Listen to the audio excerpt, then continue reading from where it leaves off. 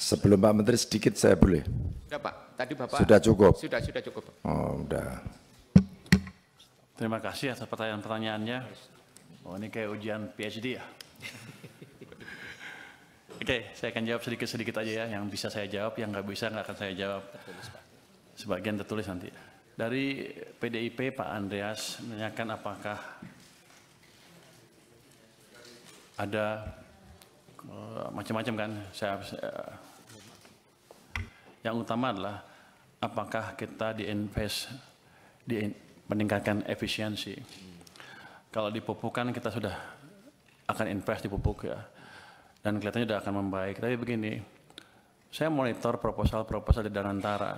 Setiap ada yang berhubungan dengan efisiensi, pengurangan cost, segala macam, saya selalu akan PMN kalau bisa. Tapi sampai sekarang juga proposalnya juga nggak terlalu jelas-jelas amat.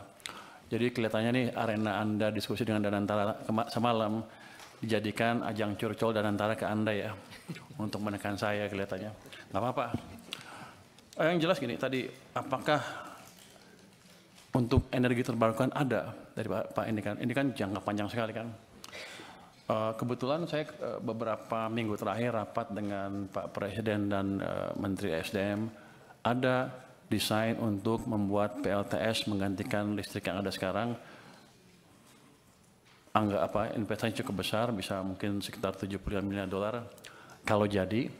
Tapi pada waktu diskusi pertama saya melihat cost-nya masih tinggi, masih 9 sen dolar per kWh. Saya bilang kalau gitu sih subsidi saya nambah. Tapi mereka sedang berusaha terus dan kemarin sudah ada berita bagus. Pada saat sekarang harganya bisa 6 sen dolar per kWh.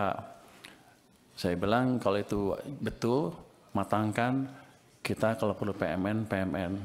Karena pada akhirnya akan hilang itu subsidi yang terlalu besar untuk listrik. Jadi kita nggak diam aja. Tadi Pak siapa lagi ya? Yang nanya tentang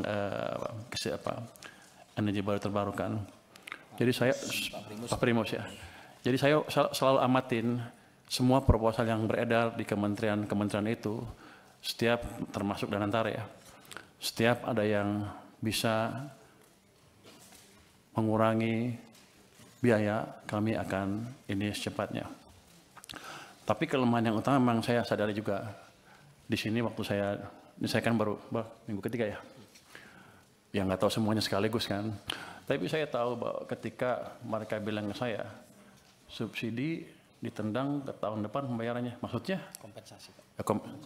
Kalau subsidi kita bayar ya, yang kompensasi kita tendang ke tahun berikutnya. Maksudnya apa? Ada proses yang lama, ini itu.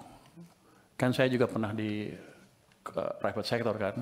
Saya ngerti juga itu cost of capital untuk perusahaannya jadi tinggi. Tapi saya baru lihat beberapa, 1 minggu terakhir lah. Ke depan saya akan percepat. Jangan sampai kita telat bayar lagi. Kalau bisa sebulan langsung bayar. Kenapa? Karena uang saya juga nganggur di BI itu. Kalau gitu kan masuk ke sistem cepat, mestinya Danantara harusnya lebih cerdas lagi. Kalau ketika mood saya seperti itu, langsung dia ngadap saya, minta apa. Ini kan enggak, dia ngadap Anda langsung kan, bapak-bapak, ibu-ibu. Padahal sama saya, teman, saya pengawas Danantara, awas besok. Kenapa mereka nggak ke saya? Lah ini kan penting Pak Menteri, ini jadi paten ini kan, ini. Ini bagus, saya pikir korek seperti ini. Tapi yang saya dia udah tahu, saya punya uang banyak, saya baru taruh cuma 200, masih ada 250 lagi di sana. Kenapa dia nggak ke saya? Jadi pada dasarnya begitu masuk akal, kita akan ini cepatnya. Kita akan review proses yang tadi 3 bulan tadi, kelamaan menurut saya juga, yang memastikan bahwa program PSO kami tidak mengganggu cash flow dari perusahaan Pertamina dan PLN dan lain-lain. Tapi nanti saya lihat, kalau nggak untung juga awas. Kalau udah costnya diturunkan, jangan main-main mereka. Tapi yang tadi saya janji akan betulin tadi proses di sini kita akan percepat. Berapa lama Anda bisa betulin? Dulu itu setahun sekali Pak. Ya jangan setahun sekali lah. Dulu itu setahun sekali udah kita 3 bulan. Yang nentuin siapa? Kita perpres. Kita yang nentuin. Sebulan selesai ya? Sebulan selesai Pak. Nanti kalau enggak dia saya pindahin. Ini alhamdulillah ini kalau Menteri Keuangannya bergerak cepat begini nih Pak. Nah, Kita bersyukur ini Pak. Sebenarnya saya lagi mikir gimana ngeluarin uang itu, masih banyak di sana, masih numpuk. 200 triliun positif tanggapannya, tapi banyak yang ribut juga kan. Oh ini itu ya. Saya mesti cari tools yang lain. Jadi kalau tambah lagi.